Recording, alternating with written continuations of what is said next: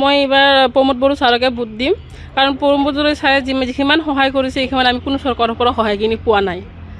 আৰু জাষ্টকে ক'ব গ'লে আমাৰ বৰ্মন কছাৰী জাতিৰ কাৰণতে একো কৰা নাই প্ৰমোদ বড়োৱে যিমান আমাৰ বৰ্মন কছাৰী জাতিৰ কাৰণে কৰিছে বা যিমান সা সুবিধা দিছে সিমান বেলেগ চৰকাৰে আমাক দিয়া নাই এইটো কাৰণে আমি প্ৰমোদ বড়োকে ভোট দিম এইবাৰ আমি দীপেন বড়ো ছাৰকে ভোট দিম দীপেন বড়ো ছাৰক ভোট দিম কাৰণ আমি বেলেগ চৰকাৰৰ পৰা সেনেকুৱা এটা সহায় পোৱা নাই যিমান সহায় আমাৰ প্ৰমোদ বড়ো ছাৰে সহায়খিনি দিছে যে আমাৰ বৰ্মন কছাৰীৰ কাৰণে বা অন্য জাতিৰ কাৰণে সেইমান সহায়টো বেলেগ চৰকাৰে দিলে হয়তো বেলেগ চৰকাৰকে ভোট দিলোঁ হয় আমি কিন্তু এইবাৰ আমি দীপেন বড়ো ছাৰৰ লগত ওলাই আহিছোঁ দীপেন বড়ো ছাৰকে ভোট দিম ৰিহন ছাৰক ভোট নিদিওঁ কাৰণ ক'ব গ'লে 17 বছৰ ৰিহন ছাৰে ৰাজ্য চলালে 17 বছৰ আমাৰ বৰ্মন জাতিৰ কাৰণে কি কৰিছে বেলেগৰ একো ক'ব নাযাওঁ বৰ্মন জাতিৰ কাৰণে একো কৰা নাই প্ৰমোদ ছাৰে বৰ্মন জাতিৰ কাৰণে যথেষ্ট কৰিছে সেইটো কাৰণে নিদিওঁ আচ্ছা সকলোকে ধন্যবাদ যাচিছোঁ মিডিয়া পাৰ্চন আপোনালোকে ধন্যবাদ যাচিছোঁ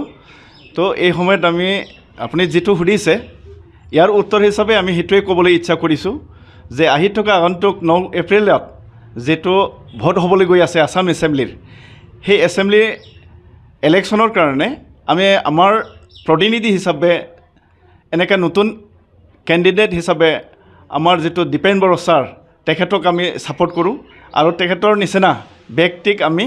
তেনেকৈ জিকাই দিয়াটো আমাৰ সকলোৰে কৰ্তব্য কাৰণ তেখেতে একেবাৰে নিকাহ এজন ব্যক্তি হয় আৰু এপছৰ সংগঠনৰ পৰা তেনেকৈ নতুনকৈ অহা তেখেতে ব্যক্তি হয় আৰু দক্ষতা ব্যক্তি হয় তো আজি আমি তেখেতকে ভোট দিয়াটো আমাৰ কৰ্তব্য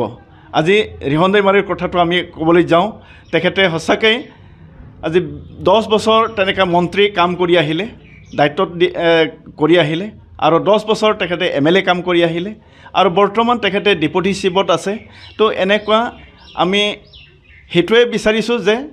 এজন মানুহে এটা দায়িত্ব লৈ পেলাই কাম কৰাটো আমাৰ নিতান্ত দৰকাৰ বুলি আমি ভাবোঁ কাৰণ আমি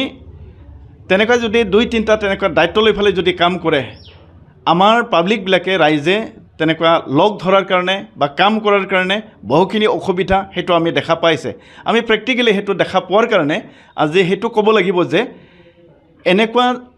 এজন মানুহে